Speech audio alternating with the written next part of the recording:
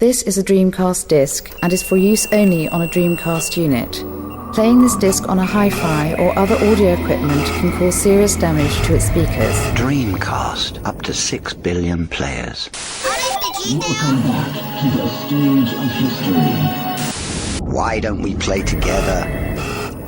Hey, it's time to make some crazy money. Are you ready? Here we go!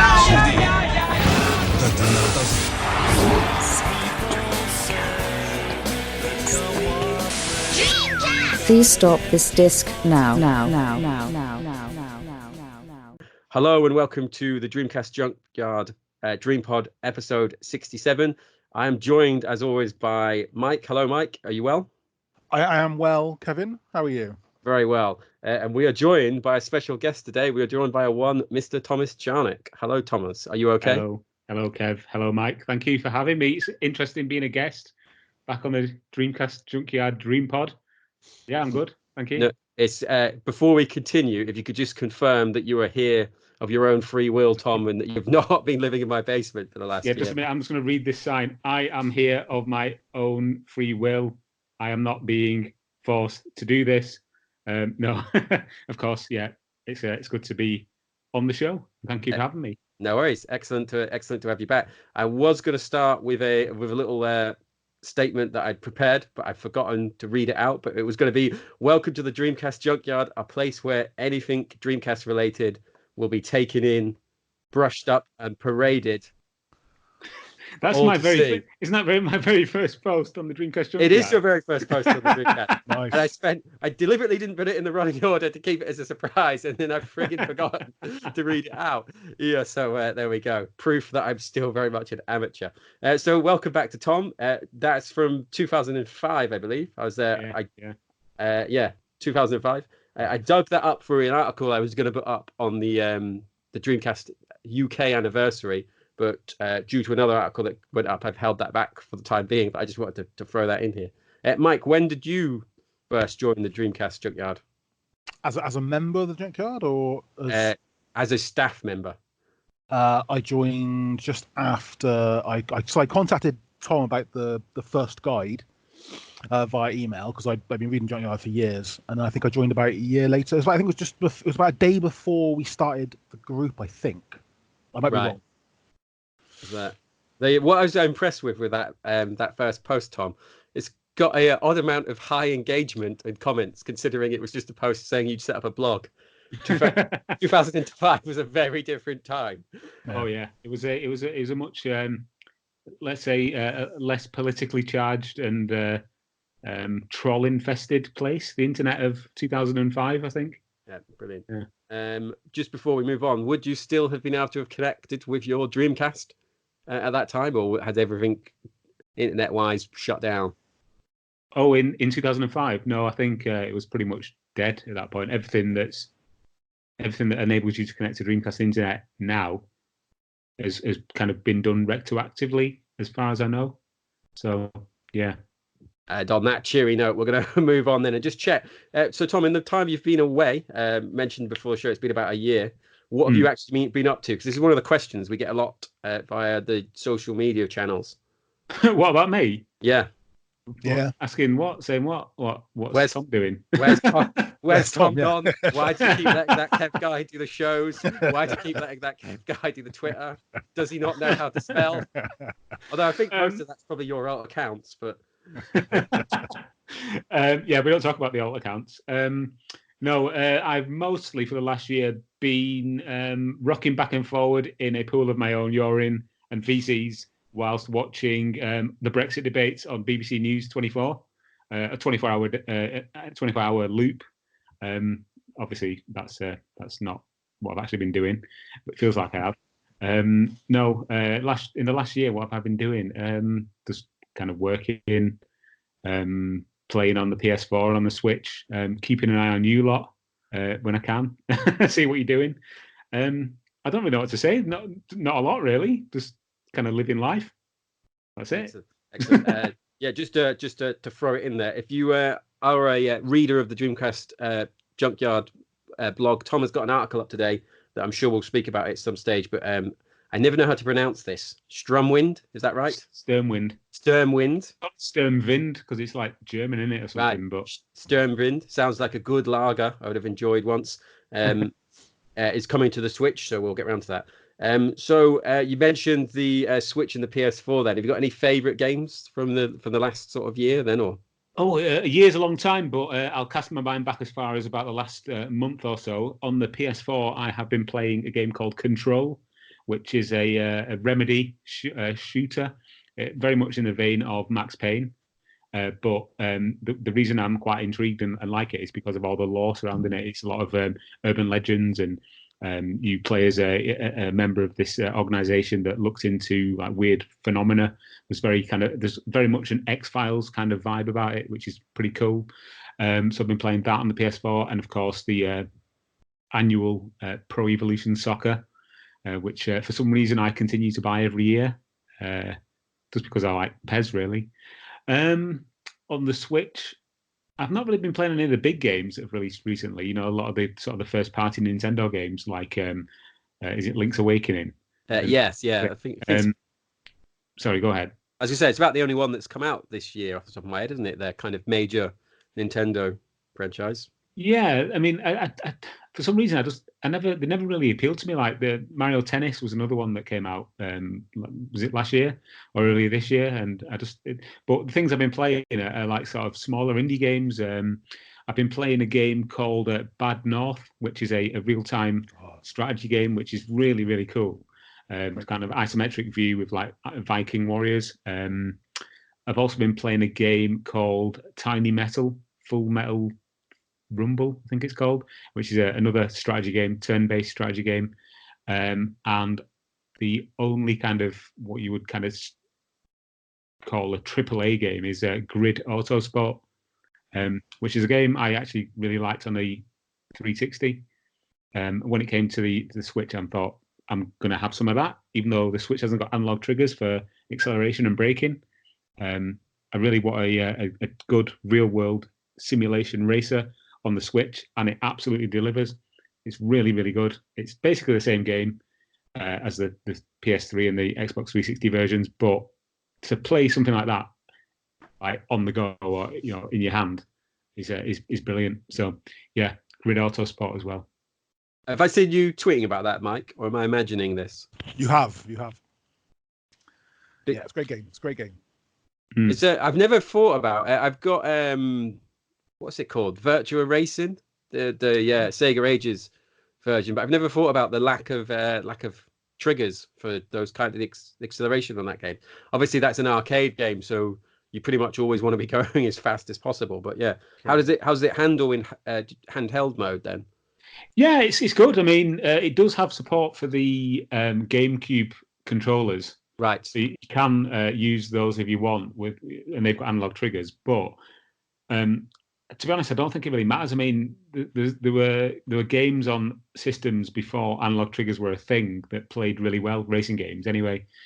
So it's just a case of kind of using your old skills. I mean, things like Sega Rally on the Sega Saturn, that didn't have analog triggers, but it's fine, So it's it handles really well. Yeah, excellent analogy. The best racing game ever made, if you ask me. Mike, what have you been up to then? So, non-Dreamcast wise again, I've been playing on Switch quite a lot. I've become somewhat of a Switch addict in the last couple of months. So Grid Autosport, definitely, I've been playing that a lot. I echo everything Tom said, really. It was a great game on the 360. I had it on the iPhone as well when it came out on the iPhone. That was fantastic on that, but the Switch version is really, really good. Bit of oversteer, I'm finding, and it's the braking seems to be a little bit weird, but I can deal with that. I've also been playing the new Grid on the Xbox One, which is all right. It looks good, but has very, very few tracks, which is a bit of a problem. I've also been playing Bad North, as Tom's mentioned, on the Xbox One. It's on Game Pass. Oh, really? Wow. And Game Pass is delivering all the time because of from yesterday. I've been playing Outer Worlds as well, which is just fantastic. Anybody who loves Obsidian's earlier games, especially Fallout New Vegas, it's just absolutely superb. But Bethesda have dropped the ball somewhat with their games recently, and this is definitely going back to an old style of game.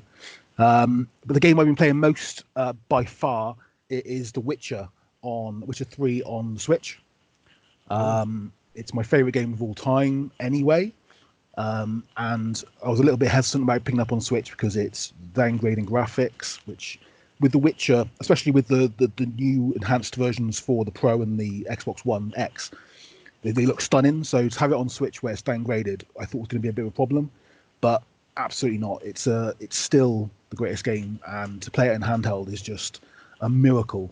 I'm still not entirely sure how they've managed to do it because it's just stunning. Have you been playing mainly in handheld then? I only play handheld. I've never played a Switch in docked mode. Yeah, ever. I don't really ever play mine in docked, even though I have 2 docks. The thing is, I've got an Xbox One and I've got a PS4, so why would I don't really need to play. Yeah. And most of the games I pick up actually tend to be cross-platform anyway. I don't pick up a huge amount of Switch-only games. I've picked up, I've talked on the last podcast about Civilization 6. One of the reasons I got the Switch was to buy Civilization 6, The Witcher, and for Mario and Sonic Olympic Games. And only one of those is not on the other consoles. And actually, you know what I mean? It's the experience of the Switch to me is about being handheld, being on the screen. You're sort of going back a generation, which just doesn't seem any point to me. Yeah. I've started to play my Switch on dock mode occasionally because I play Mario Party with my missus and my little girl. And my little girl's not even 3 yet. She likes to pick a character, but then she just likes to dance rather than hold the Joy-Con. So I find myself having to use both Joy-Cons, and she gets upset when her character doesn't win. So I find myself not only having to use 2 Joy-Cons, but having to deliberately tank and throw my own character so I don't inevitably win, which is a strange interlude to have to admit to, especially as you guys will know how competitive I can be when I do play against people. So that's tough. With that, are you both using the regular Switch? I don't know what we'd call that. The original? Yeah. The switchable Switch. Talking about what you mentioned, the reason I would never want the Switch Lite is because the screen's too small. Mike is only too aware that I recently got Civilization 6 because I think during the first week when I got it, I sent him more messages about that game than I think I've ever sent him, just constantly asking for questions. I was just burning through the battery. I'd play it till it was flashing and it was about to turn off, save the game, put it on charge, sit around frustrated that I wasn't playing it, and then get it straight back out. For me, it's very much replaced how I used to use the PS Vita in terms of that kind of game experience that has got an element of socialness to it, because what I'd normally be doing now is be playing the Switch downstairs in the living room whilst my other half watches the Strictly Come Dancing. I've spent about 10 years watching that show and I'm still never sure of the actual title. The thing with the Switch is it's a little bit like a Dreamcast to an extent, in terms of the fact it bridges lots of different sort of game styles. It's got all Nintendo first-party games, which everyone sort of loves anyway. But you've also got a huge amount of old PC games, which is my genre anyway. It's what I love, and to have some strategy games on the go like that. Plus, you've also got a lot of third-party games from the other consoles coming as well now. It just feels like a real catch-all console. A little bit like Dreamcast was, in terms of the fact that we had everything on there. It was sort of a bridging gaps, and I think it's a really weird. I've been playing another game called Wargroove, which is a Advanced Wars type game. Absolutely fantastic. Couldn't be done on the Xbox One or PS4. It could be done on mobile probably, but it really wouldn't work. I think it is on the PS4 actually, but it doesn't. Yeah, it is. It wouldn't feel the same to me. Only the Switch has this sort of ability to I don't know. It's bringing games. I suppose the fun back to games to an extent. The updates for Switch are a couple of minutes. All the ones I seem to be a couple of minutes long. The updates. Yeah. It's still absolutely ages. I've got a game called Snooker 19. Not the most exciting game in the world, I'll admit. But on the Xbox One, I had it for a few months, and I had about 15 updates. And the size of the game in the end was 116 gigabyte. It's a snooker game. Cool. It's a snooker game. 116 gigabyte would be the entire Dreamcast library. It's on the Switch. I've had one update, and that's it. It hasn't been had to install it at all. So I think it's although you obviously do have drawbacks in terms of the graphics aren't quite as nice. I think the Switch is just. It's become my first choice in the last few weeks, although that has changed due to Outer Worlds now, which is just Stunning. A bit of a side ramble here, but are either of you intending to get the PS5, which is the only machines whose specs have been announced? Yeah, probably. Obviously, we don't know too much about it other than it's coming out in is it December 2020? Mm-hmm. More than likely, I'll purchase one of those. I feel like this is the first time where I've had zero interest. I'm obviously not a Sony fan, but if the Xbox specs were announced now, I probably wouldn't even check. I'm just kind of a bit like Mike. I'm just kind of phased out with console gaming at the minute. I've been moving more back to my Dreamcast and the PS2, oddly enough, just because of that immediacy that Mike says. So sometimes I've only maybe got 25 minutes to play. Yeah. And if it's funny you mentioned the PS2. Sorry, I fired mine up for like the first time in about a year earlier on today, just for no reason other than the fact that I thought, oh, it's like under the TV, because we used it as a DVD player about a year ago, and it was just there. So I thought, right, I'm going to play something. So I just picked a random game, which happened to be Tekken Tag Tournament, and sat there and played Tekken Tag for about 45 minutes. I was like, yeah, it's pretty good. I think that's a sign, though, that, you know, however much fanboys want to go on about stuff, however much we want to moan about stuff, ultimately, there's thousands and thousands of games and hundreds of consoles that anyone could turn on and you can enjoy. A great game's a great game. I don't think it matters when it was made or what it's on. Yeah, definitely. I've the reason why I got the one I've got now is a newish one that I got in the summer, but I got that off eBay for really cheap. It was really good, really nice silver fat edition. But I've noticed, like, throughout Sheffield, every time I go in charity shops, there's like real stellar PS2 titles for like £2 to £3. And I kept seeing them and thinking, well, I should buy these. But then I was like, well, I don't even have a PS2. But in the end, I just bought a PS2, and now I do buy them when I go in. But I'm not talking about stuff like FIFA. I'm talking about like real solid. The game that made me get it was Soul Reaver 2. So it was just like I've still not even got around to playing it yet because I want to replay the first one. But it's just like this stash of titles have appeared throughout Sheffield's charity shops. So. That happened with the original Xbox a few years ago, didn't it? When it was sort of discontinued, where all the charity shops and all the shops were selling off Xbox stuff, and you can get all the great games for £1, £2, and they were amazing games. I think we write for a retro blog. I think we're probably not the best people to say about it, but I think great games. I think the problems nowadays with the games and problems with the PS4 and Xbox and the downloads and games not really necessarily advancing that much of what we've seen before. I think there's even a bigger shift towards people who actually experience going back to enjoy stuff they've enjoyed in the past. Tom mentioned this at the start, but I've replayed a few of the old PES games, and I get as much enjoyment from those than I do from when I've tried to play modern footy games. So it's kind of I don't know. It's like there's a part of your brain that never forgets the controls, even though the games have got similar controls. I feel like they've reached the stage of like advancement. When I turn on the last FIFA I played at a friend's, there was just like screens and screens of menus and modes and stuff like that. I was just like, what is any of this garbage? But we were never treated to a FIFA on the Dreamcast, so I'm going to try and use that as a side ramble away from the PS2 back to what we're here to talk about. So we in the UK, because we're a very UK centric blog nowadays, we celebrated the 20th anniversary of the Dreamcast release in the UK. I mentioned this in the article that I said hasn't gone live in the end, but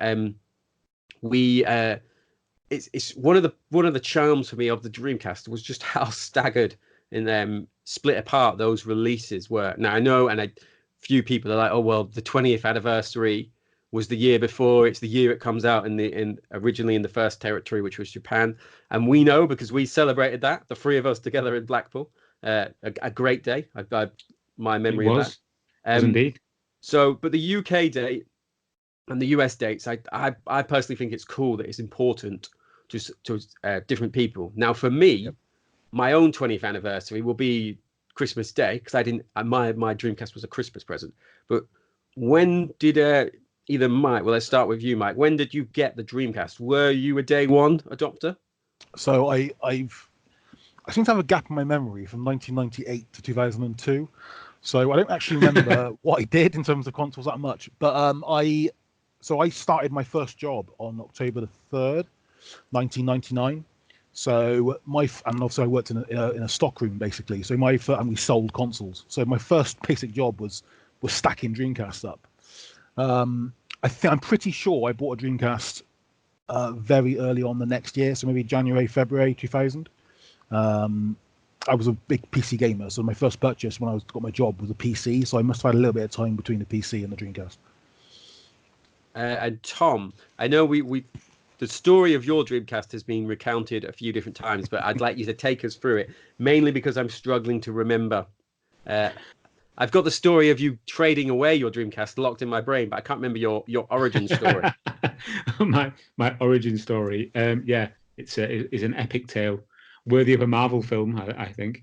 I had a Nintendo 64 when the Dreamcast came out, and I was kind of shackled to that because I was a student at the time and didn't have a lot of money. So I had to sell the N64 before I could buy a Dreamcast. Eventually, I managed to sell it, and I got my first Dreamcast. It would have been probably about a month after the UK launch. Weirdly, though, I'd actually bought a game for my Dreamcast before I actually had the console. So I bought Speed Devils. So I had Speed Devils sort of kind of sat on a shelf, and I would look at the back of the box and read the manual cover to cover, over and over again, thinking, yes, someday I'm going to be able to play this game. And then eventually, when I managed to sell my N64, I took the cash and got myself a Dreamcast, yeah. And that would have probably been about November 99. Is that what specifically drew you towards Speed Devils? Was it just the cover, or I don't know. I'm a big fan of racing games, and it just seemed like an to be honest, I don't know. I don't know. It was just the fact that everywhere you looked, all the magazines were like on about was like Sonic Adventure and like Ready to Rumble and that kind of stuff. And while that kind of stuff looked cool, it was the fact that Speed Devils looked just a little bit different.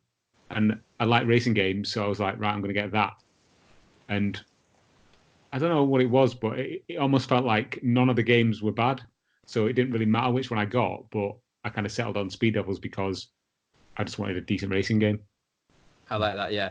Mike, do you remember what was the first kind of game you got, or like the game that drew you in? I'm pretty well. The game that drew me in was Soul Calibur, because being a PC gamer at the time, fighting games was sort of the one genre we didn't really have, and Soul Calibur even today still impresses me. The visuals, and I think that was probably the first thing that really made me want to have a Dreamcast. But I think also the first game I probably had, and this probably will date when I actually got the console. I'm pretty sure I got it with Virtua Tennis. So I think probably Virtua Tennis would have been the first game I got, along with possibly Soul Calibur, and then the rest is a bit of a blur. Excellent. Just as a kind of aside here, I should have mentioned this before, but as we speak, which will be no good to you listening to this podcast, but going forward, James Jarvis, the Dreamcast Junkyard's video man, is currently live streaming some Dreamcast games, including Virtual Tennis and Virtual Tennis 2. So if you don't follow the YouTube channel, I will shout it out at the end, unless anyone else remembers it off by heart. But he's going to be doing some more of that going forward. Professional as ever. Second thing that I've missed. I like to try and keep it below 6. But the Soul Calibur, I don't know if either of you have seen this. I just want to mention this here. A unnamed major gaming publication, an online one, recently did a top 100 games. There were no Sega games in there whatsoever, but Soul Calibur was the only Dreamcast title, or kind of Dreamcast associated title, to appear. Can either of you guess whereabouts it was in the 100? Was it like number 100 or something? Mike, where are you going to go in now? Mid-90s? Mid-90s. It was 88. So another quiz win for Mike. Yeah. The weird thing is, though, with that poll from the unnamed website, who we're not going to name. Why can't we name it? I'm not sure. Kev didn't name it, so I presume we got. I was just trying to be cloak and dagger. It's IGN, which everyone's aware of. So the weird thing is, IGN. I did a couple of years ago, as Tom knows, I do these random things where I start doing articles that are ridiculously complicated and I never finish them. I did a thing where I basically went through every single website and every single magazine, did all their review scores and tabulated them all. And IGN, every single time, IGN gave Dreamcast games much higher scores than every other site. Their average for Dreamcast games was ridiculously high. So it's really weird that IGN have suddenly decided to, well, not suddenly decided, it's 20 years ago, but It's it was a probably bit. new. It's probably new staff in it. It is new stuff. Yeah. Probably But waiting it was- for and the It Dreamcast wasn't even non Dreamcast. It was non Sega, wasn't it? On Sega, yeah. I'm actually a huge fan of IGN. Anyone who follows me on Twitter will know this. There's a Game Scoop, I'm going to name. Their kind of retro specific podcast, I think, is hilarious. And the hosts of that, I've heard them talking about Sega games. And one of them I have heard talked about, he just didn't like the Dreamcast. It just passed him by. So that's completely fine. But like Mike says, I recently found some of the ex IGN staff who wrote about the Dreamcast because I was trying to get in touch with them. One of them was called Anoop because I remember he's got a more unusual name, and I can't remember. I think the other one's called Tom something. But if you look back on IGN's Dreamcast hub that still exists, or if you look on the way back when machine, they were clearly kind of the way we are, as in they were loving the Dreamcast, loved that it was kind of unfairly maligned, and kind of got a bit tribal about that. And so I think that's probably where some of those inflated review scores come from. I'm really blanking on his name, but I tried to track down the person who'd reviewed Spirit of Speed because he'd given it like a 2.3. It's still one of the worst scores on their review system that you can database that you can search. And I wanted to just try and just get in touch with that guy ahead of the anniversary, just to be like, look, there's this game that we always take the piss out of. Would you mind like coming back and talking about, like, or maybe replaying it and giving us some of your thoughts on it now in 2019? But I can add something to this story. About a year ago, and I was still regularly writing for the site. I tried to get in contact with one of the guys who actually worked on Spirit of Speed 1937, and was having a bit of a dialogue with him via email, just because I wanted to get kind of like an insider's view of the game development and just what happened. Actually, a shout out to PC Wizard 13, who actually put me in touch with this guy. And when I mentioned to him that it was actually going to be not this game's amazing, it's going to be more of a kind of what went wrong kind of thing, he just completely stopped responding to my emails. So I don't know whether they thought it was good and it was everybody else that thought it was bad, or they knew that it was bad. I don't know, but he completely stopped replying to my emails when I said it was going to be I love the visual image in my head of him reading that, dropping his tea mug in slow motion like the usual suspects. You can hear the soundtrack in the background, can't you? Just What do you mean it's a bad game? What's that? They're checking the review scores. The only game was a 2.7. Oh man, brilliant. I can't believe we've managed to go 27 minutes before bringing up Spirit of Speed, but that's probably a new high in terms of running order. I've got a little games list here of UK launch games, and a professional person would have done some kind of research and vetting of these, but I like to do my research, as I'm going to read it out and Mike's going to tell me if I'm wrong. Are you okay with this? For a start, there's no Speed Devils on it. I know for a fact that it was a launch game because I bought it before the Dreamcast, before I even owned one. Yeah, so and it's to be honest, live. you're going to type that in there. Speed Devils. To be honest, What are you on about? It's right at the bottom. the launch title listing is so weird for Dreamcast, because I've seen listings that are just they've got games in there which I know weren't released till like early 2000, and some people swear by the fact they were released on the release date. There's other games which I'm sure did get on a release date and weren't on listings. I think it's the last console where there's still a little bit of ambiguity in terms of when games were released. So it's a weird listings, both American and UK. Yeah, here we go. Here's the list then. Blue Stinger, Dynamite Cop, Expendable, Incoming, Pen, Sega Rally Championship 2, Sega Bass Fishing, Sonic Adventure, Toy Commander, Virtual Fighter 3, and then Speed Devils, which was always on this list. Was Sega Bass Fishing a launch title? I didn't think it was These were the ones, Sega Bass Fishing and Sega Rally, I was a bit unsure of, only because of Where have you got this list from? Wikipedia, I believe. What does your research consist of? Just kind of writing random name of games down? Yeah, just I looked on my shelf, and those are the ones that happened to be out. No, I did exactly what I always go berserk at my students for doing. I went to the first page on Wikipedia, and then I copy and pasted it, and I also copy and pasted the US list. Which is vastly different, and that was when I began to worry that I hadn't done enough research when I was scanning that before the show. Sweat was kind of appearing on your forehead, like. Try to check the Sega Retro, which is a fantastic website everyone should go to. Yeah, they have a launch list in. They did have a launch list in. It seems to have gone, which is slightly worrying me. That's not good. This is the most professional of podcasts, as always. This is what people love us for. Is what I always tell myself. This is why this is what we do. We don't want to do things by normally because that's boring. Here we go. So launch titles in Europe they've got listed are Blue Stinger, Dynamite Cop, Incoming, Expendable, Monaco Grand Prix Racing Simulation 2, Pen, Power Stone, which was a launch title, Ready to Rumble Boxing, Sega Rally 2, Sonic Adventure, Speed Devils, Tokyo Highway Challenge, Toy Commander, Trick Style, UEFA Striker, and Virtua Fighter 3TB. I'm not putting UEFA Striker on my list. I refuse. Even though we had the FMV running up on our Twitter account the other day, which is glorious. And someone pointed out, it looks like they spent all their time doing the intro and then forgot to make the gameplay, which is probably a fair comment. While we're on the topic of infograms, I was listening to Radio 4 the other day. But yes, I'm old. On the way to work, and they had an interview with Bruno Bernal, the former head of Infogrames. Yeah. And he was talking about something with Brexit.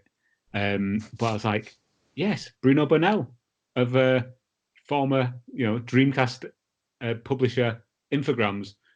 I remember when I used to play things like V-Rally 2, like the first thing that would come up on the screen was Bruno Bernal Presents. Right, yeah. And they always like, who the hell is Bruno Bernal?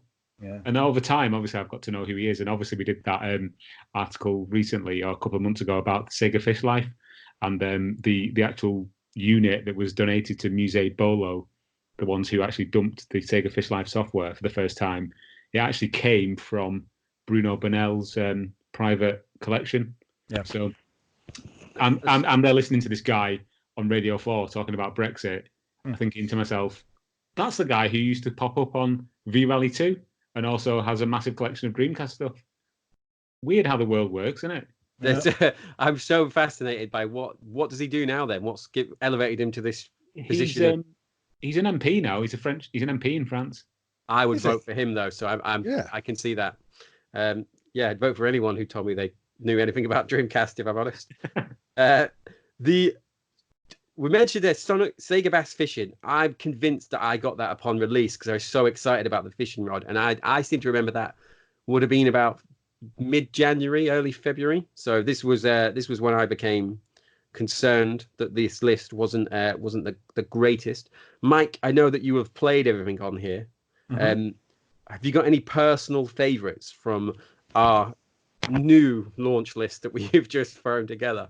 There's a few on there I've never played. This is the Mandela Effect launch list, isn't it? Where we just kind of add things in, Yeah. my favourite Dreamcast game was Ridge Racer. Yeah. I think Power Stone. I think Power Stone was probably one of the best launch titles for any console, isn't it? Surely.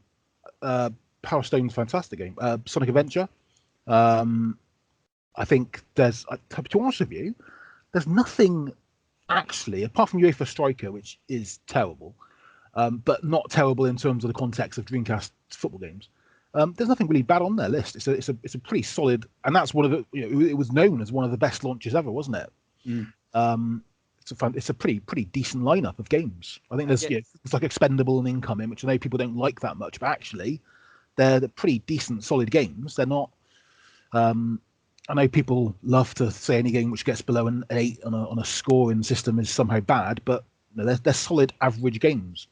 Well, Expendable is of course a Dreamcast Junkyard beloved gem classic, isn't it? It's one of those games that everyone here has at least spoke about on one of the pods at some stage. I think that game looked great. The lighting in that game, I'm always really impressed with when I have a little dabble on it, a little play on it. Reminded me of like one of the games they brought out when 3D cards started coming out on PCs. Yes, and they started like really trying to like show, oh, look what we can do. It seemed like that kind of game was it was a lot of tech behind it, but actually it was a solid old school shooter. And what about you, Tom? Any personal favourites on here other than Speed Devils when you finally got round to playing it? I think the only one on here that I, at the time played to completion was Blue Stinger. That one sticks in the mind just because of how weird it was. On first playing it, for some reason it sticks in my mind was how weird. Is it Elliot? Is the main character? His name? I think so. Yeah. When he runs, he's got this really kind of weirdly disjointed kind of animation. It's like his hips are kind of like throwing out at the sides. So yeah, I've got a lot of good memories of Blue Stinger. Also good memories of Incoming as well, because I remember being absolutely blown away by how impressive the explosions were at the time. If you look at them now and the way these kind of spaceships kind of shatter into 1,000 shards, it looks really kind of dodgy. But at the time, it was like, wow, they don't just explode and then disappear. It's like they actually shatter apart into all these pieces. And I was just like, wow, that's really impressive. So yeah. Incoming was one of the ones I was going to mention. I've never played that, so I might put that on my.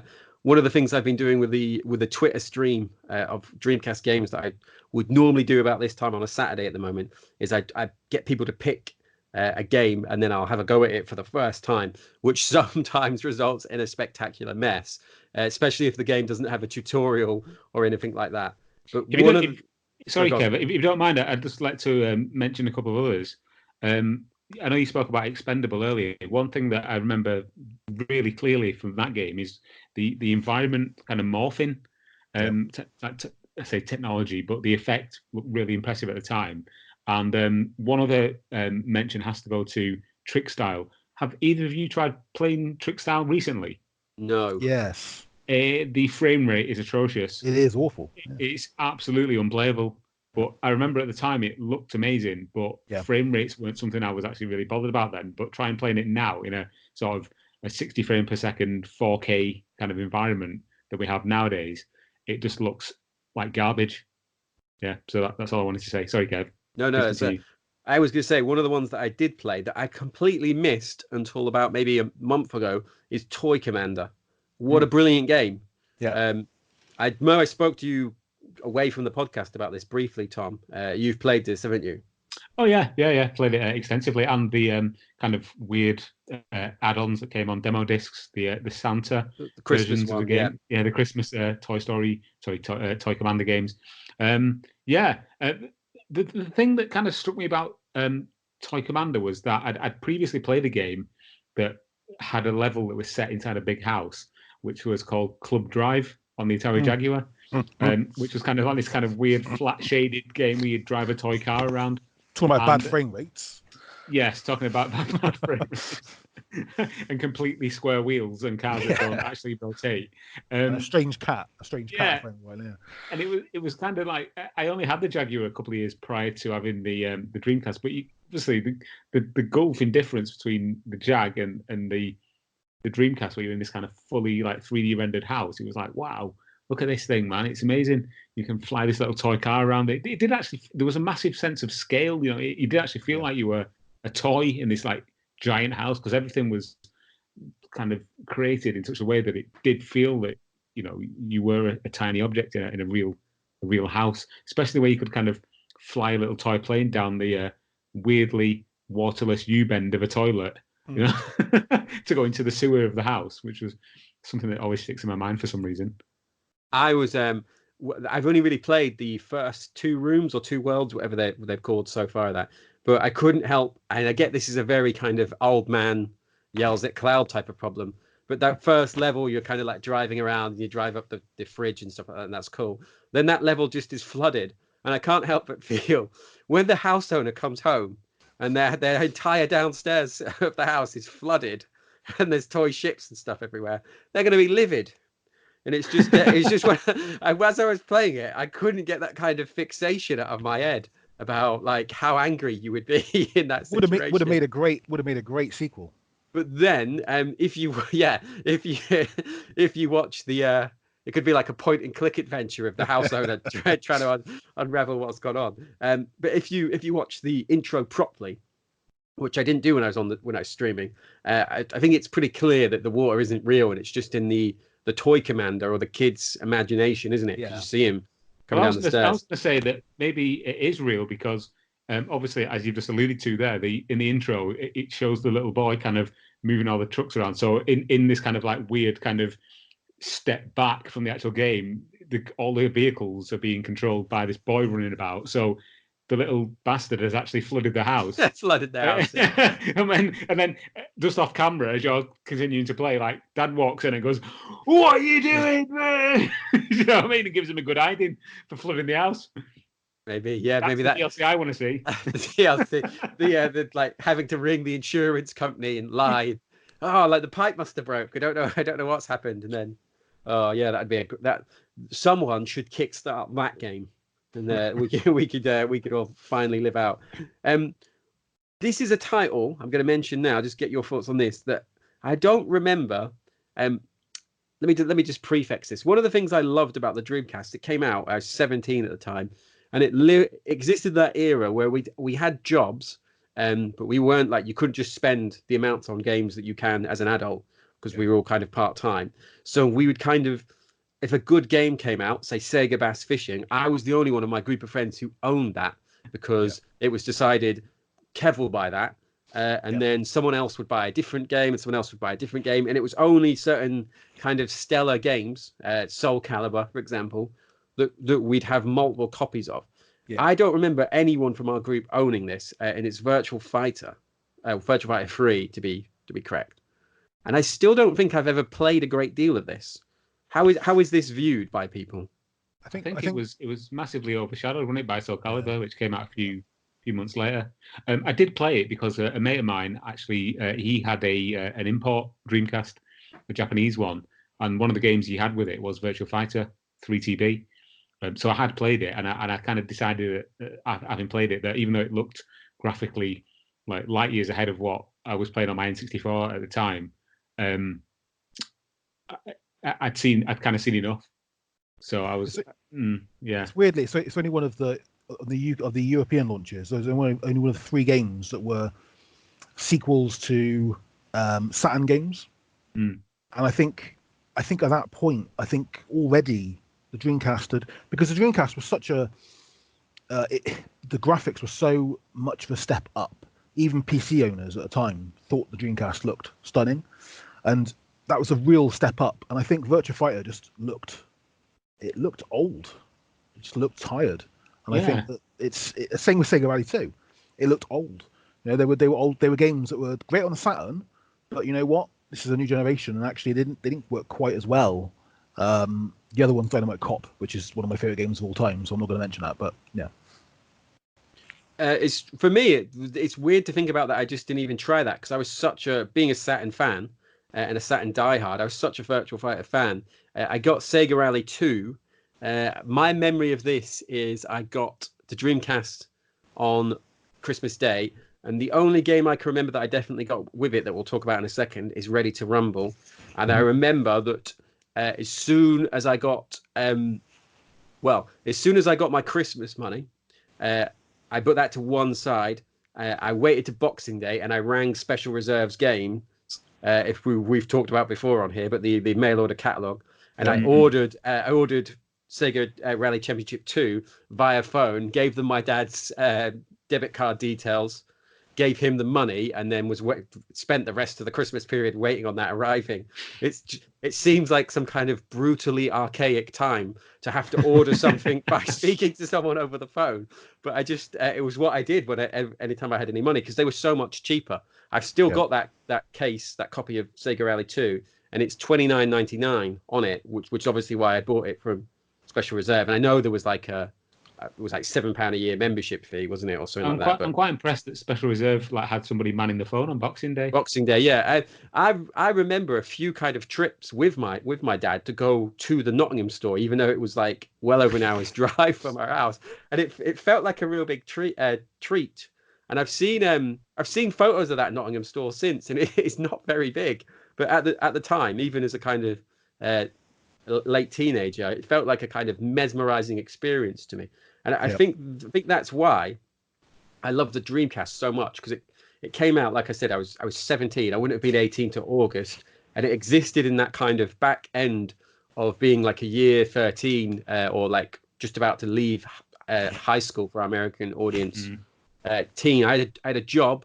It like had some of my own freedom. It wasn't long after that I'd finally passed my test in March, so I could kind of drive around and buy games, and it just kind of existed in this golden window where every Thursday me and like about 6 of my mates would pile into my room, and we would literally just play Dreamcast. Occasionally we'd still throw in some stuff like GoldenEye from the N64 and the wrestling games, but Sega Rally 2, Sega Bass Fishing, we absolutely loved Ready to Rumble. We loved Virtual Striker, which is why I'll still defend it to this day, even though objectively I know it is not a good football game. But it's just that kind of, no console will ever replace those memories for me. It's even more kind of pertinent because one of those groups of friends is no longer even alive. So it's like there isn't a new console to make new memories with that person. It's just kind of ended with a Dreamcast. But for me, I think you've hit the nail. I think you've hit the nail on the head completely. The reason why people of like our age, our generation, are so kind of enamored with the system, and for other people it might be the N64 or the PS2 or even like the next generation after that, it's because this console came along at that particular time in our lives, that we were just entering adulthood and we had disposable income and we were becoming more independent, and it was kind of like I'm an adult now, I can get what I want, and I want that. And that's kind of, certainly with me, everything you've just said there, Kev, completely echoes my own experiences. It came around at the right time. It could have been any other console. I could have been born at a completely different time. I could have been born a couple of years earlier and it would have been the PS1. Yeah. Do you know what I mean? So, yeah. So go on, Mike. I think it was that it was at the perfect time as well. I said before on the podcast, on articles as well, that it was the changing of the guard in terms of games, and the changing between old style of games and new style of games, and it was just perfect from someone again who was a PC gamer at the time. 1997, 98 to 2003, 2004 was just a remarkable time for games, and I think Dreamcast is the only console which was just alive during that period. No other console just existed in that period, and because it was a short life to the console, I think it's stayed in our minds, I think, a lot more than if it lasted. I always think if Dreamcast had lasted longer, I don't think it would have been quite as cult, let's say. Do you think it's almost got like the kind of Jim Morrison, Kurt Cobain cut down in its prime legacy? Yeah. Dreamcast is the Kurt Cobain of consoles. That's an awesome. I'm going to write an article with that as a title. Exactly, it's exactly the thing. It's everyone, especially in the UK, we always love an underdog. We always love the sort of the not really the most anticipated console, the most mainstream bit, and I think the Dreamcast is probably the only console I can think of in terms of from a major publisher. I know it didn't last long, but Sega was at the time a major manufacturer. I can't think of any other major one which didn't really last that long. So the Wii U, I suppose, would be the only other one, and the Vita, I suppose. Both of whom have also got cult followings. But I had a weird experience the other day. Sorry, Kev. I remember reading an article in Dreamcast magazine. Where they had a photograph of the first Dreamcasts, like kind of coming into the UK ready for the launch, and it was a photograph of Southampton docks. Now I live in Southampton now, and I live quite near the docks. So every time I go past the docks, I think that's where the first Dreamcasts came into the country all those years ago. 20 odd years ago. Yeah. And it always. I know it sounds really daft, but it just sounds a bit. It feels a bit weird knowing that that's where they came in, and I'm kind of here now. I mean, No, Yeah. I totally get that. We were talking about this before the show. Now that I live in Sheffield, I'm kind of fascinated by how much of the games that, not just Dreamcast games, but how much of the kind of games that have shaped my interest and tastes have come from Sheffield. Especially I know I've spoken about with Mike about this off the away from the podcast, but like Premier Manager 3, to kind of move here and then discover that was made sort of like 4 miles from where I now live is a kind of, like you say, it's a crazy feeling to just have been completely oblivious or unaware to those sort of things at the time. I have a slight tangent to take on this because it's quite an amusing story. I might have told Tom before, but so where I live is a very small town near Bristol. Nothing really much happens here, although J.K. Rowling and possibly Banksy both come from here. So make of that what you know. The biggest author and biggest artist of all time. But anyway, so growing up, there was a little game studio on a sort of trading estate in the town, which none of us really paid much attention to. But when I was actually going for work experience, I actually applied to work experience there. It was Microprose, and obviously at the time, this was like mid-90s to late 90s. So this is when Microprose PC games were really big. So a lot of the simulators, but they also had things like Star Trek Next Generation, a Final Unity, which is a point-and-click adventure, Grand Prix games, Jeff Cramman's Grand Prix games, which are really big. Brilliant game, yeah. So a sort of major publisher.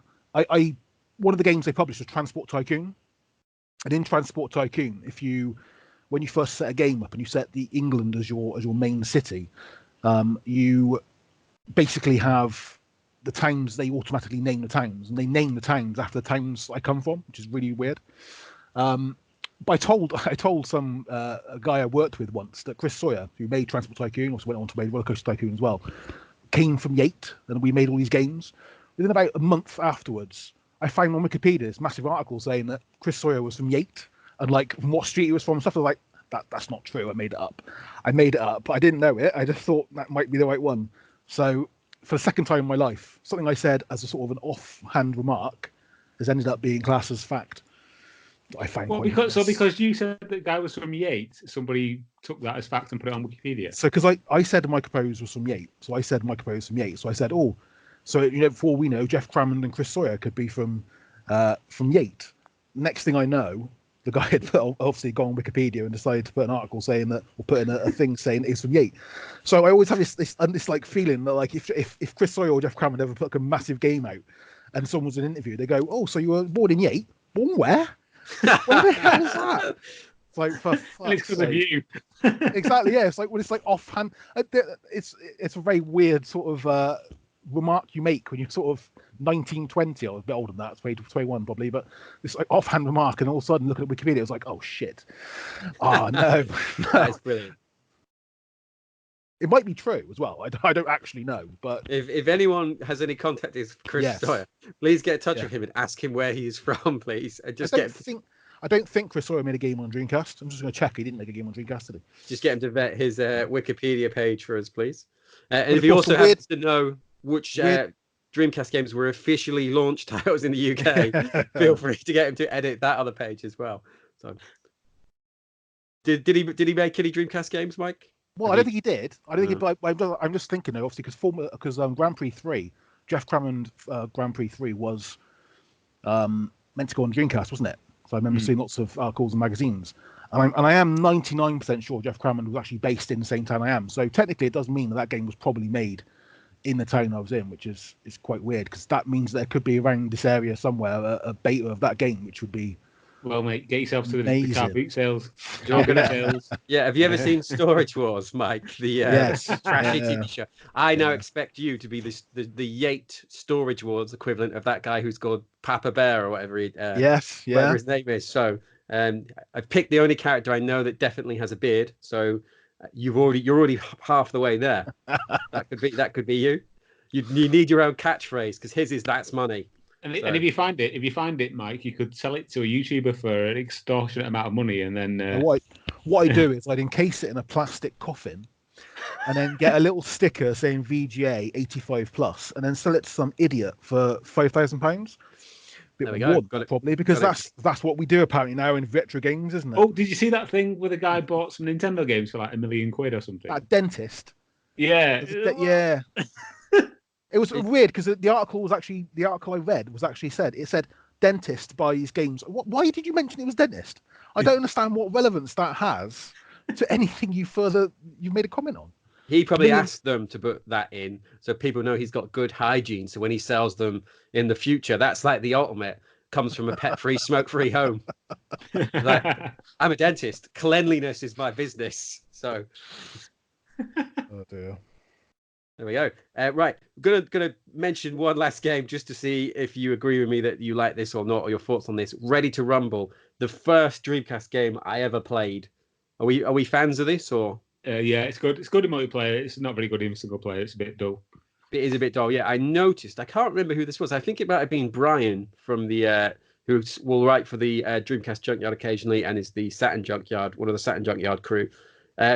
Discovered that you can win every fight just by spamming either left uppercut or right uppercut. It's one of those kind of pre-internet things that I just never would have came across at the time or never would have figured out myself. But apparently you can, with certain characters, you can just steamroll the single player without ever doing anything other than that. Yeah. So, I mean, at the time, it was a real kind of showcase, wasn't it, for the Dreamcast? The way that, I mean, its main selling point was its visuals.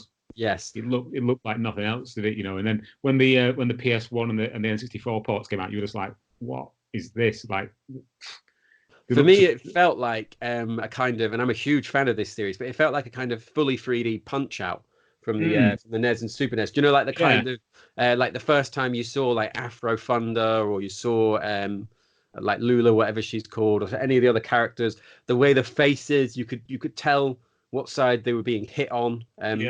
Which what's the EA boxing game that was its big selling point? On the Knockout Kings, was it? Knockout Kings on the when the 360 version came out. Fight Night. Fight Night, is that it? Fight Night, wasn't it? Fight Night, yeah. I think Knockout Kings was the PlayStation. It's on PS1, yeah. Yeah. The Fight Night, one of their kind of marketing points was, it's got live facial damage, so you can tell what side you're being punched from. And it's like, Ready to Rumble used to have this back in 1999, or if it was a release game, which, like I said, I believe it was, because it was one of the ones I did at least pick up at December. But that's one of those games that I remember a few people at Play Blackpool asking specifically, do you have the boxing game, or do you have Ready to Rumble? Because, like you say, I think in demo mode, that game is an absolute like, I don't know if crowd magnet is the right word, but I think didn't we have it on the HDMI, DC HDMI for a while? I think we did, yeah. It looked amazing. It looked really, really good. So it's just one of those games that I've spoken about this before, but when I went away with some friends of ours from my kind of DC group, that was one of the games we took with us, and we're just kind of like happily replaying, like the kind of last 16 years hadn't elapsed between when we'd last regularly played it as a group. So just wanted to give that the love that I feel it deserves. Is there anything else from that list of games that you want to add in, guys, or you personally want to talk about? No, I'm good. I think a very quick mention to Tokyo Highway Challenge, which I know is still highly thought of by a lot of people. Really good game, eclipsed by its sequel a little bit, and of Sonic Adventure as well. We haven't mentioned Sonic Adventure, which is surely the greatest example of a game which everyone says they love, but actually probably isn't that great a game. I've still, and I say this pretty much every time it comes up, that I'm going to play it properly. I've still never got past that first world stage, because every time I play it, I realize I've not saved a copy of my progress on the VMU. I get bored through the intro. I play that first level, and then it's always time for me to move away, and I'll inevitably come back to it 7 months later, repeat that process, but never actually get anywhere with it. So I did mention that I was giving myself a summer project to play that and write about my experiences playing it for the first time in 2019, and it's now nearly November. Sorry, Kev. Sorry, no, go ahead. It's a weird game because like everybody knows the sort of the opening level and the bit with the killer whale, and it looks amazing and it's great. It's an amazing introduction to the first proper 3D Sonic game.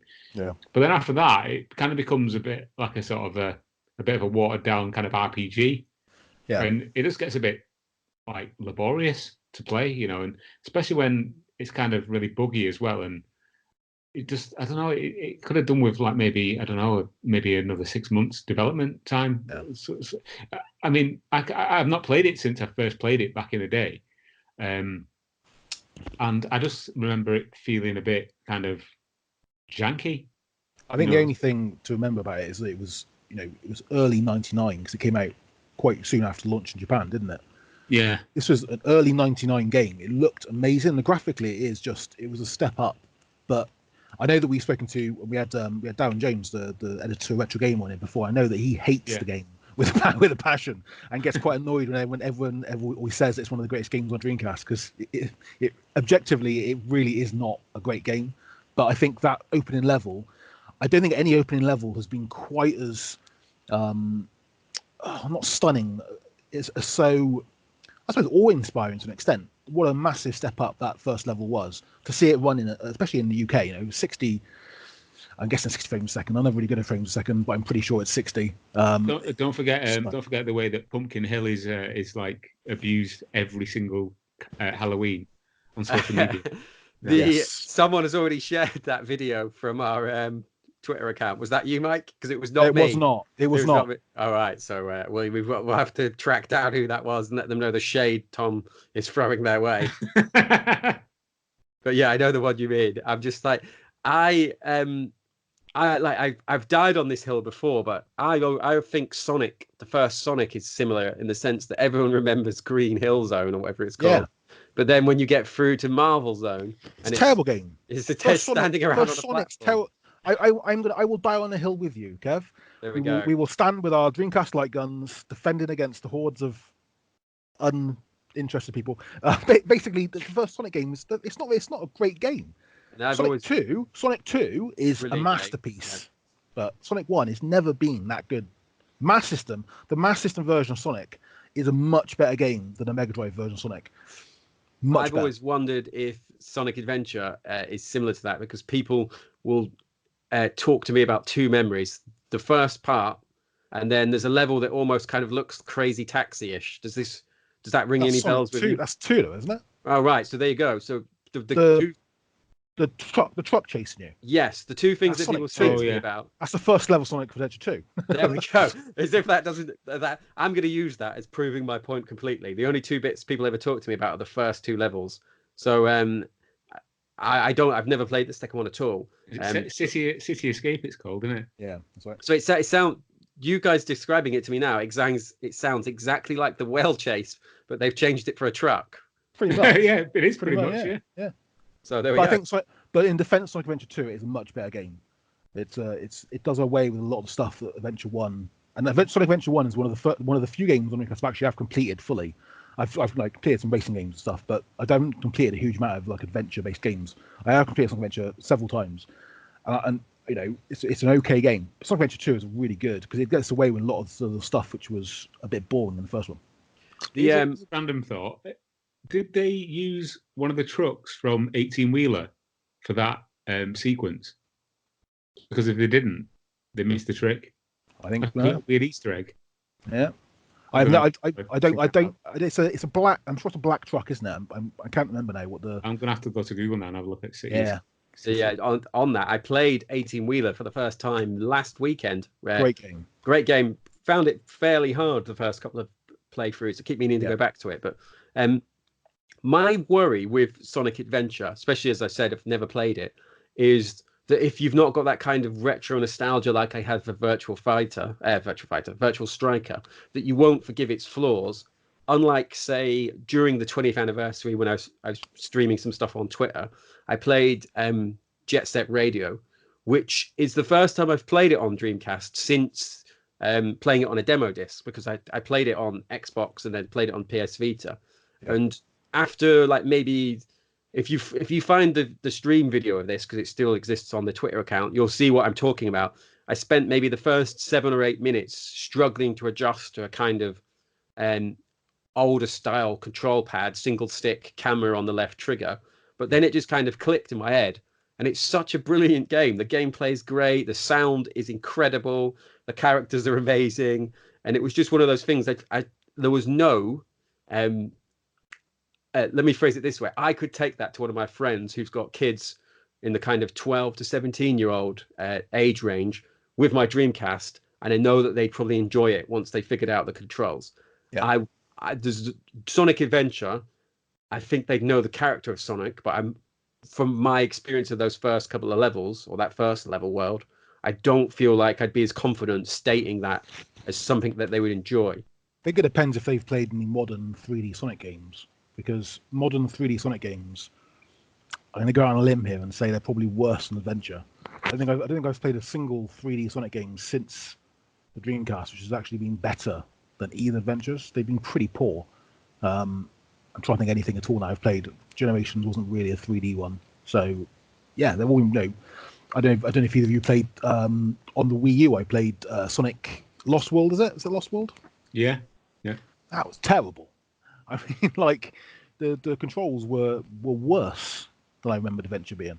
I think 3D games don't really necessarily work that well with Sonic. I think someone's got to say it. We're going to get a lot of hate mail now from Sonic fans. They can be vicious. I haven't played a 3D Sonic game since Adventure 2 either, to be honest. The last Sonic game I played was Mania. Mania. Yeah, which was great because it was back to like the kind of Sonic 2, Sonic 3, really quick Sonic. Yeah. Right, we're gonna, having alienated our Sonic-loving audience enough, we're gonna move on to a new topic, and this is probably going to be briefer than people would expect. So, Shenmue 3, the PC demo is out, and I'm going to prefix this chat by saying no one here has played it. No, because we spoke about this before. It's on PC. I have deliberately avoided looking at anything to do with it because I've still not completed Shenmue 2, even though I said I would have by now, and because I want to kind of go into Shenmue 3 as an experience that I know little about, other than that it's the Shenmue 3, obviously.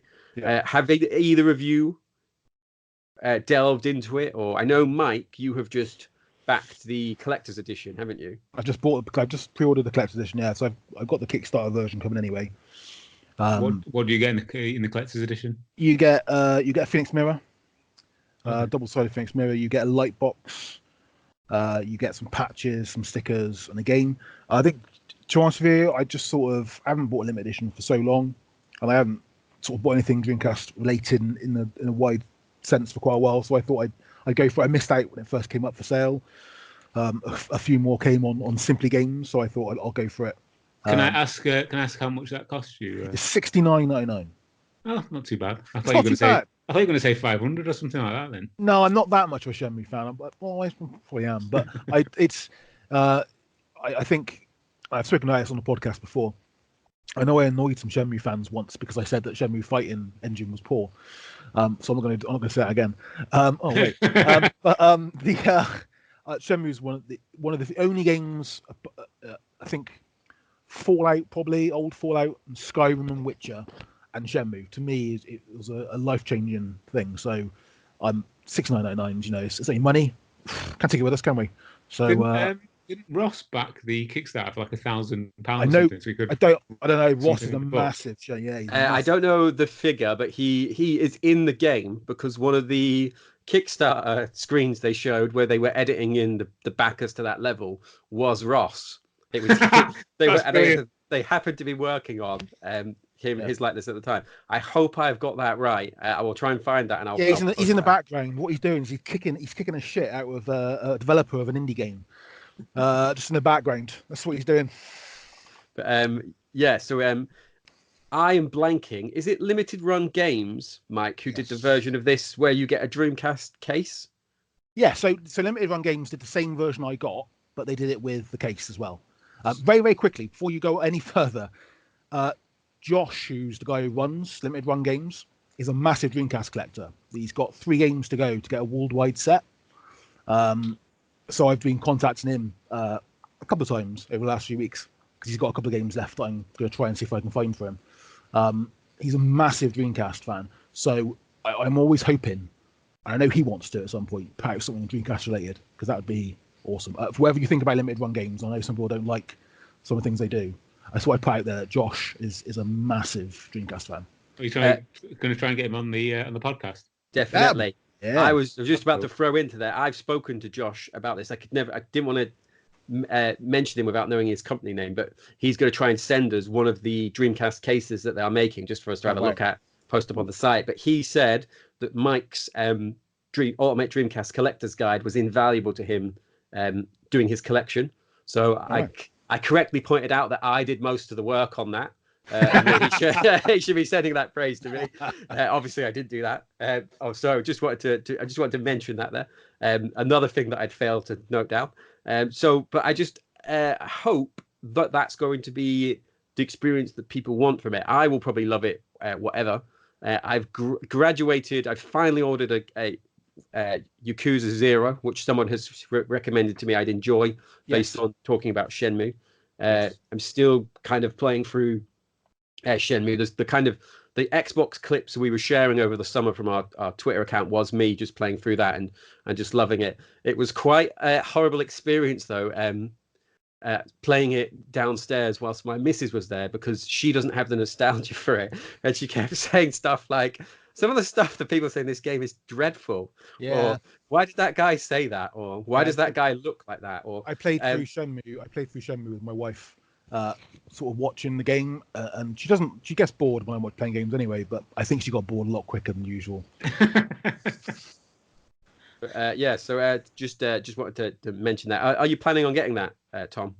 Yeah, I backed it on Kickstarter, so I should be getting a PS4 code when it finally launches. I don't know if you both know, but obviously is it Fangamer? I can't remember the company who are doing the sort of rewards and stuff, but they've put out the email this week, getting everyone to confirm their address.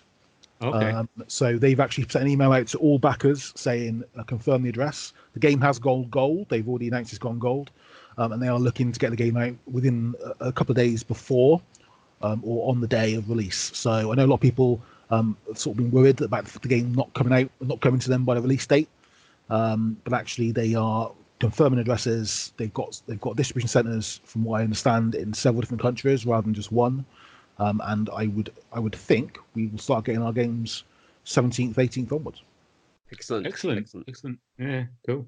Exciting stuff. Right, so we're going to move on to one of the last topics, which is the Dreamcast Collected Works, which is coming out next month. Am I right in saying that? Yeah. We have spoken about this on the podcast, and I've said, I've not backed it. I'm not interested in it. And then for some reason, it came across my radar fully this month, and I looked at it, and I was a bit like, why didn't I back this? This looks frigging brilliant. And I think it was just the shots from their account that they've been posting out. Now, you both have backed this, yes? Yes. Yeah. Tom, you've got the Mega Drive one. Have I got that the right way around? No, I don't have the Mega Drive one. I've seen it. I know people who have it, and I've seen it kind of in the flesh or in the paper, and it's amazing. So I expect that this new version will be amazing. For people who don't know, we're talking about the book from Darren Wall. He also did the Mega Drive Collected Works, I believe. And it's basically just a collection of Dreamcast paraphernalia, like mock-ups, early concept drawings and work, articles and interviews with people who actually worked on the Dreamcast development of the console. It looks like it's going to be a really, really fascinating book, to be honest. And personally, I can't wait to get it through the letterbox or wherever it comes. Yeah, that's from Read Only Memory, just in case anyone's listening to this is interested. So if you search for those terms, you'll get it. Interesting enough, there's actually another email this week about it. So Darren's actually sent out a message to backers saying that there's a slight delay. So they're expecting the copies to get into their UK warehouse in late November. So it's going to be sort of December time before we get them. But they've actually got on the actual email, and if you have backed it, I would recommend you all go and look at the email. They've got some more shots, which look fantastic. Loads of detailed shots in there. They got some fold out pages for the VMU screens, and they got their screenshot of that. So it's coming, but it could be slightly delayed from the. I think originally it was early November, wasn't it? Yes. But I mean, I'm happy to wait. You know, it's been this long now, so what's a few more weeks. yeah, just to anyone who's on the fence about that, we will be covering that in various forms throughout our blog site, Twitter, YouTube, etc. So you'll be able to have a look at that. And then the last point I've just kind of scrambled on here, Xeno Crisis, I hope I've pronounced that right. That is shipping. The Mega Drive PC Neo Geo version is shipping next week, I believe. And then I've spoke to the via Twitter. This isn't some kind of insider's information. I spoke to him via Twitter that they're now returning to working on the Dreamcast version of that, which I mentioned because Tom is here. You lent them your twin sticks for this, didn't you, to try and see if they could get the support going? Yeah, full disclosure, I actually know Mike Tucker, the guy who is the lead developer on Xeno Crisis, and I'm actually going out for a drink with him in a couple of weeks. So I'll get more information then. But I've played the Mega Drive version. It's awesome. I played the PS4 version. It's also awesome. From what he tells me, the Dreamcast version is basically the same. Excellent. So it should be a fantastic little shooter when it comes out. Yeah, I've planned to get this for the Switch because two of my all-time favorite games are Alien Breed Tower Assault, which I played originally on the Amiga 32 CD. It was the main reason I wanted one of those consoles. And then Super Smash TV, or just Smash TV, depending on what you want to call it. And when I look at that game, it looks like those two games have had a baby. Yeah, and so I want to adopt that baby. One of my favorite games on the Mega Drive was Chaos Engine. And again, it looks just like Chaos Engine. Really, really good. Actually, interesting that Tom was saying about meeting up with Mike from the developers. Bitmap Bureau, is it Bitmap Bureau? That's it. Yeah, that's them. Yeah. I actually bought the GD-ROM beta of Giant Killers off of Mike. They worked on Giant Killers for Dreamcast. Yeah. So. Even a bit of a more deeper. This isn't just I think it's probably the only time I can think of actually an indie developer who actually were people who worked on original Dreamcast games back in the day as well. And just as a lead on from that, he was one of the guys who worked on the. I put an article up probably around this time last year about the sheep herding game. Yes. For the Dreamcast that was cancelled. Yeah. He was part of the development team for that as well. So it was IO Interactive. That did Giant Killers. So yeah, he's got real pedigree when it comes to the Dreamcast. He knows his way around the Dreamcast, so there's no reason to expect that the Dreamcast version of Xeno Crisis won't be every bit as good as the others. That's awesome to hear. We may not like Sonic Adventure, but where else would you get that kind of fascinating insight into the Dreamcast and Giant Killers? Who knew? The Dreamcast's best football manager game. So yes. If I was the marketing department, that is definitely what that box would have said. So, yeah, Xeno Crisis from the makers of Giant Killers. Just on that, because we're nearing the end, that was our final topic. I just wanted to point out, I've done a terrible job of advertising this at the start, but I recently interviewed Randy Linden, who's been thrown back to my mind by the talk about what a capable machine the Dreamcast is. So he was one of the people who worked on Bleem and Bleemcast more specifically. So if you're interested in reading about someone who programmed with and created with the Dreamcast, then please go and check that article out on the site. It's had a lot of really good feedback. On that, thank you to Tom for the tireless work you put into editing and proofreading that for me before it went live. No, it was a pleasure. It's a fantastic interview, and it's full of fascinating information that I had previously not known about. For example, when he was saying that they were originally going to release one disc that could do all games, but then they realized that certain PlayStation games had different technologies that they could only really kind of exploit with different kind of code sets. So that's why they then went to the kind of individual discs. I thought that was really fascinating. It was like a real insight into how Bleem kind of worked. Do you know what I mean? It was brilliant. It was really, really enlightening. Yeah, so, it's just I mentioned this before. Like just talking to Randy was just he was just such a fascinating person. It didn't feel like I was doing any type of work. And obviously, a fan site blog is never work, but it felt like there was no kind of rush or push to I've got to get this content out. I was just utterly drawn into like waiting on his responses coming back so I could check through what he'd added to the questions or what he'd thought about. It's just it's such a shame that I don't know. I feel like he isn't a kind of as well known a figure as I feel like he should be, based on what an incredible achievement that is. And he was very, very, very, very humble and like pleased when he found out. And this came via John, one of our amazing Dreamcast mods from our group. Someone that you'll see a lot of around our channels. Very knowledgeable Dreamcast fan, but like the hack for the mini PlayStations and for the PlayStation emulator is called Auto Bleem.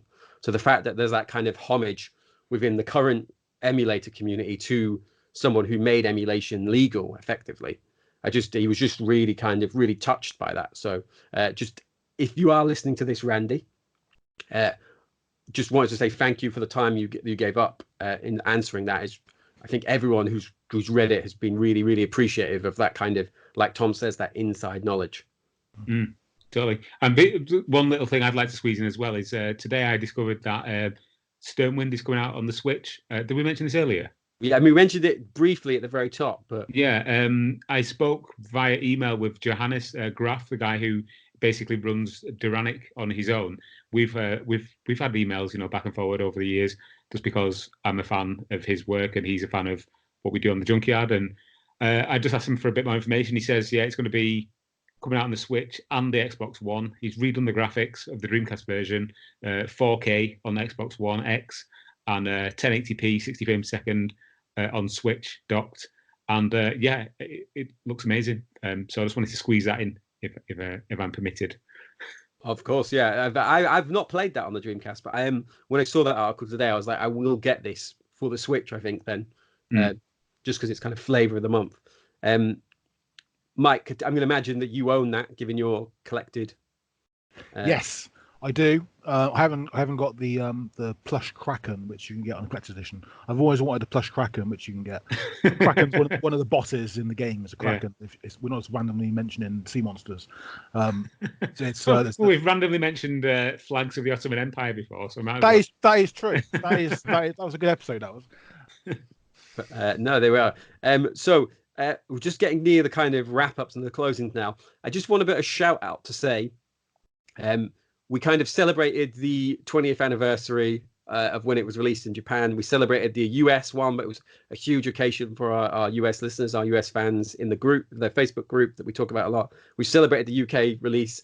I can't speak for anyone else, but I will not personally be celebrating the Australian release that I learned was different. I don't think the Australians were celebrating the Australian release because it was a complete fuck up, wasn't it? So I can't remember. I've made a note of this date because someone got in touch when we were celebrating it. Oh, it didn't come out in Australia till I think it was like late November. But I was like, we've done 3 now. I'm sorry, Australia. It's not that I don't care. It's that I can't be bothered, which is different. It's completely different. There's a Brazilian one to go as well. Oh, so when did it come out there? Oh, now you're asking. Like Early 2000, I think. What about the Russian release? Russian release. It never got one, did it? Officially? I was going to say, I don't think that was official, was it? So we might flip that one. If you do have anything to share, though, from that day, or the Australia day, feel free.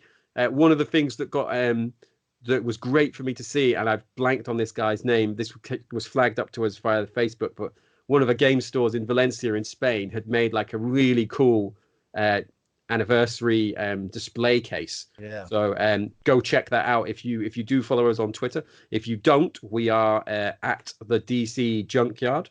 Thank you very much. Big thanks to Mike as always for butting up with me continually. And for the fact that he receives roughly 70 messages a week from me that are always Dreamcast themed that I could probably look up, but I know I'd rather go to Mike. Huge thanks to Tom for A, coming back, and B, for starting all of this off back in DreamPod 0, I believe it was. Was that right? Yeah. Episode 0, yeah. Wow. 0. That was, 2016, I think. So there we are. Back when I was a mere fan. A mere fan. Mere fan, yeah. Rather than the guy that regrettably now gets to host, much to the chagrin of everyone else. Right, guys. I do such a terrible job of plugging people's handles and stuff like that. So I'm going to give you 45 seconds each to talk about whatever you want, and we're going to start with Mike. Right. Well, so flags of the Ottoman Empire. It's back in the social media. I am on Twitter at @space_turnip. I'm also on Twitter at Dreamcast Pics. That's PICS, which is a sort of a semi serious Twitter thing where I sort of just post lots of pictures of Dreamcast stuff. That's it for me, Kev. I describe Tom. Before we cut to you, did you know that Mike was the face behind the Dreamcast Pics account, or did you miss this? I did know that. Yes, it's basically Dreamcast porn for anyone at home. So if looking at rare stuff and cool stuff it interests you, that is an account to follow. Yeah, even though I'm not actually an active user of any form of social media anymore, I can actually look at Twitter as a ghost in the system, as it were. So I have looked at the Dreamcast Junkyard Twitter account to see what's been happening, and I've noticed that you've retweeted a couple of times. And I looked at this Dreamcast Pics. Is it Dreamcast Pics and nothing else? Yeah. And I thought, I recognise them shelves. Yeah. I know who that is. Yeah. And a very, very nice and well curated account it is too. However, as I just alluded to, I'm not on social media, so you can't follow me unless you would like to follow me down the street. Feel free. It's a bit weird, but I don't think there's that many stalkers. There could be. To be fair, a lot of the emails and a lot of the messages we get is about Tom. He is alive. No, it's not. It is. It really is. Yeah, and you joke about following you, but that Spirit of Speed developer is watching you as we speak. Yeah, it'll take hours though, because he's going about as slow as the cars in the game go. So does he move at like 5 frames a second? Yeah. he's got like a bit matrix printer print out of your face, and he's just watching you. It's the only Welsh developed Dreamcast game as well. Well, there you go, fact fans. Yeah. Oh, that is brilliant. Right, thank you very much, guys. Thank you as always. You could check us out, as I said, at the DC Junkyard on Twitter. We are the Dreamcast Junkyard on YouTube, Dreamcast Junkyard on Facebook, and we have a very active group where you are welcome to either join and ask questions, join and get offended by people's questions seems to be a popular route as well. Or if you want to just join and shitpost, feel free, as long as you read the rules and they were within the required limits. Like I said, we've got streams that go out now on Twitter pretty much every Saturday. And then James, the video man, is starting to bring that into YouTube. If there's anything that you think we are missing, feel free to point it out. We're always happy to try and add this in. Thank you very much. Say goodbye, Mike. Goodbye, Mike. Say goodbye, Tom. Goodbye, Tom. Back to the basement it is for you, and thank you very much, guys. This is a Dreamcast disc and is for use only on a Dreamcast unit. Playing this disc on a hi-fi or other audio equipment can cause serious damage to its speakers. Dreamcast, up to 6 billion players. Welcome back to the stage of history. Why don't we play together? Hey, it's time to make some crazy money. Are you ready? Here we go!